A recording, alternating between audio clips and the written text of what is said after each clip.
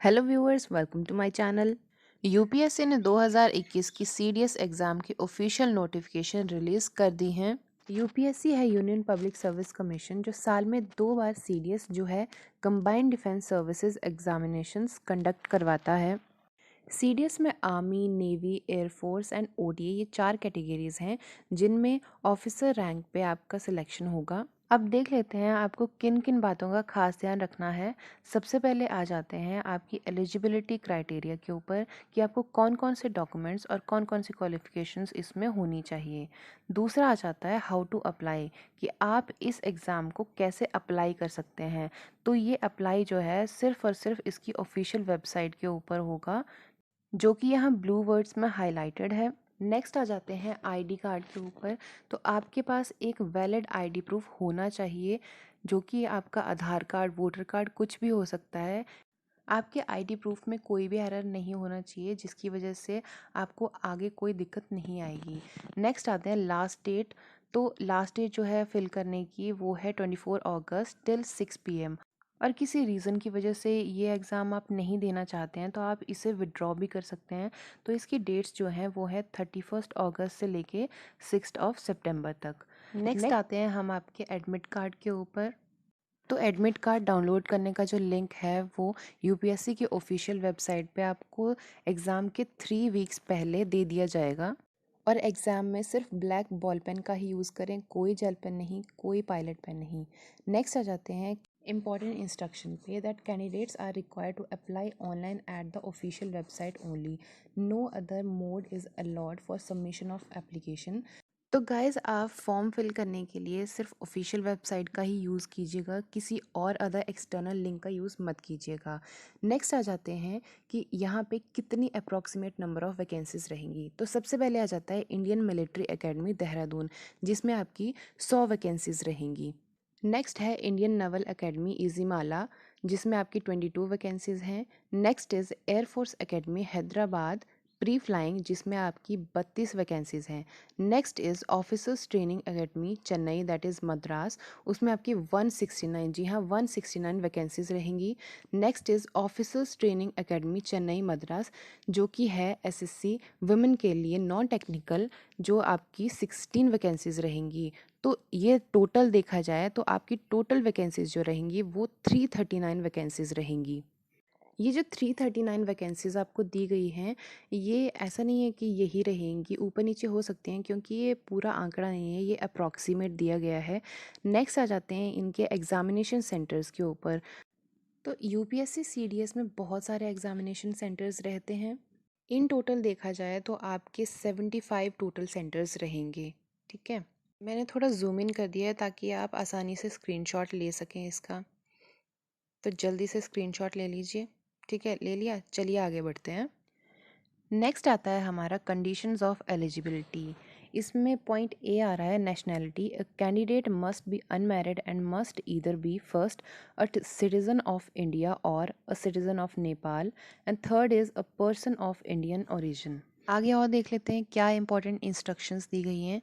नीचे आ जाते हैं हमारे, ये देखिए, एजुकेशनल क्वालिफिकेशंस। पहला आ जाता है for IMA and officers training academy Chennai. तो उसमें होना चाहिए आपके पास degree of a recognized university और इक्विवेलेंट।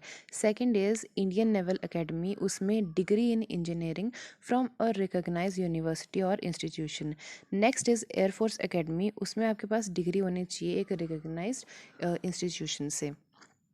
ठीक है, नेक्स्ट आ जाते हैं इसकी फ़ीस स्ट्रक्चर के ऊपर। तो कैंडिडेट्स जो फीमेल हैं, एससी एसटी से बिलोंग करते हैं, तो उनके लिए कोई फ़ीस नहीं होगी। जी हाँ, कोई फ़ीस नहीं होगी। और जो जैसे जर्नल के लड़के आ जाते हैं तो उनके लिए 200 रुपीज़ फ़ीस रहेगी।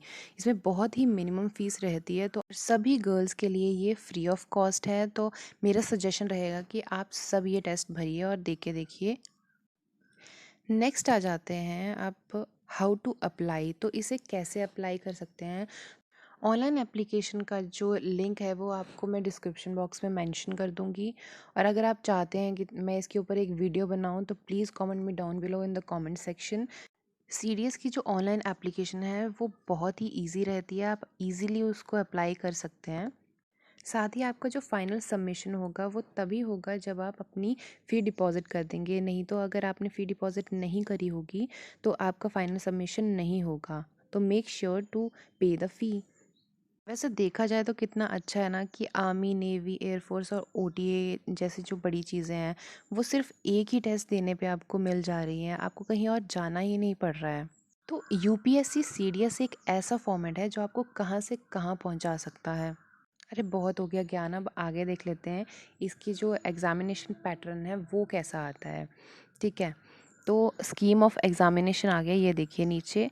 ठीक है, तो इसमें जो सबसे पहले आता है वो आता है competitive examination comprises of written examination as shown in para 2 below. तो सेकंड पैरा में जो दिया गया है वो 3 आ रहे हैं, English, general knowledge and elementary mathematics. जो ये 3 हैं ये आपको आईएमए, इंडियन नेवल एकेडमी और एयरफोर्स, ये तीनों में देना पड़ेगा। और ये जो इंग्लिश और जनरल नॉलेज है ये सिर्फ और सिर्फ आपका officers training academy that is OTA के लिए रहता है। तो इसमें आपको सिर्फ 2 एग्ज़ाम्स देने पड़ेंगे जो आपके 100 मार्क्स के रहते हैं, और दोनों जो हैं वो 2 आवर्स के रहते हैं। अब आपका जो एग्ज़ाम पैटर्न है सीडीएस का, चाहे वो इंडियन मिलिट्री एकेडमी का हो, इंडियन नेवल एकेडमी के लिए, या फिर एयरफोर्स के लिए, या फिर ओटीए के लिए, ये सारा का सारा जो एग्ज़ाम पैटर्न है वो सेम रहता है। नेक्स्ट आ जाते हैं बेसिक सिलेबस के ऊपर। तो पहला आ जाता है इसका इंग्लिश का सिलेबस, वो स्टैंडर्ड रहेगा। ठीक है, नेक्स्ट आ जाता है जनरल नॉलेज का, तो ये आपको दिया गया है तो आप यहाँ से पढ़ सकते हैं। नेक्स्ट आ जाता है एलिमेंट्री मैथमेटिक्स का। मैथ्स आपका बहुत ही मीडियम लेवल का रहता है। ठीक है, अगर देखा जाए तो 10 तक का मैक्सिमम मैथ्स होता है, और अगर मैक्स टू मैक्स देखा जाए तो 12 तक का भी वो डाल देते हैं, पर मैक्सिमम जब तक मैंने देखा है वो 10 तक का ही डालते हैं। नेक्स्ट देख लेते हैं इन्होंने क्या दिया हुआ है। ठीक है, तो ये इंपॉर्टेंट इंस्ट्रक्शंस दी हुई हैं कि कैसे आप अपना जो एप्लीकेशन फॉर्म है वो विड्रॉ करवा सकते हैं। तो डेट याद रखिएगा कि ये 31 अगस्त से लेके 6 सितंबर तक रहेगी। ठीक है, नेक्स्ट बोला है इन्होंने कि एग्जामिनेशन हॉल में आप क्या क्या लेके जा सकते हैं और क्या नहीं लेके जा सकते हैं। नेक्स्ट है पेनल्टी फॉर रॉन्ग आंसर्स। तो रॉन्ग आंसर्स के लिए क्या पेनल्टी रहेगी कि 0.33 मार्क्स जो है वो एक क्वेश्चन का आपका कट जाएगा। ठीक है, नेक्स्ट देख लेते हैं। अब ये देखिए, ये जो फॉर्म आपके सामने आ रहा है ये आपकी ओएमआर शीट का जो जो आपकी आंसर शीट रहेगी। ठीक है, जिसके ऊपर आप टिक लगाएंगे, दैट इज़ बॉक्सेस फिल करेंगे इन वन सेंस। तो ये वही फॉर्मेट है। ठीक है, ये आपको फॉर एग्जांपल के लिए दिखाया गया है कि आपने कैसे फिल करना है, आप गलती ना करें इसके लिए आपको एग्जांपल के तौर पे यहाँ पे दिया गया है। ठीक है, तो इसको आप ध्यान से देखिएगा और प्लीज़ गाइस कोई गलती मत कीजिएगा वहाँ पे।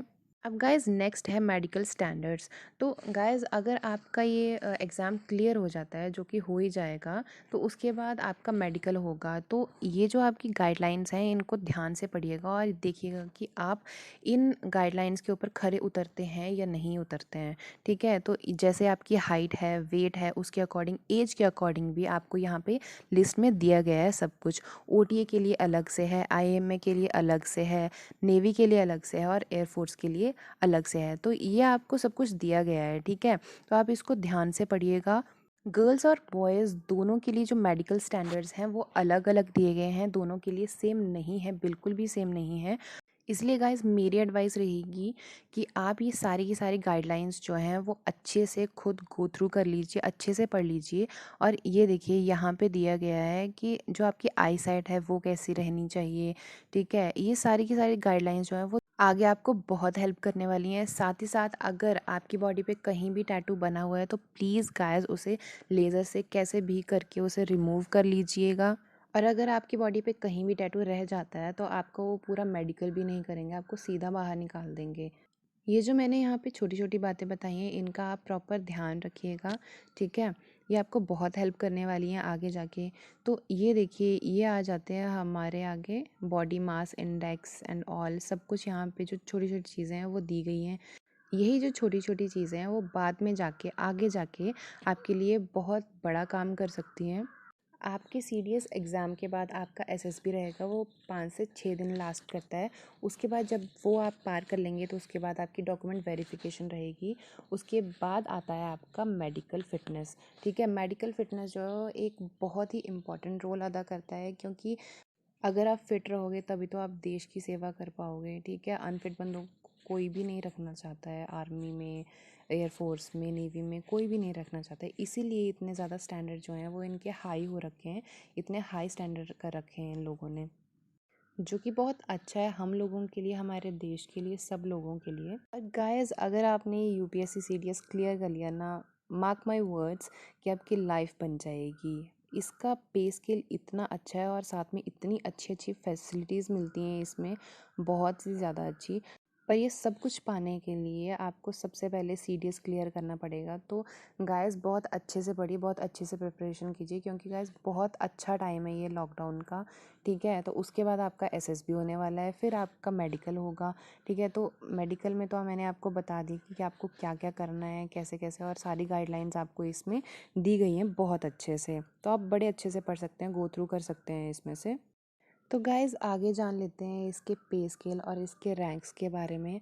तो आपका जो पहला रैंक होगा, अगर आप सीडीएस क्लियर कर लेते हैं, तो आपका पहला रैंक रहेगा लेवल 10 का, दैट इज़ लेफ्टिनेंट। और देखिए इसकी पे स्केल कितनी अच्छी है, 56,100 से लेके 1,77,500 तक रहेगी।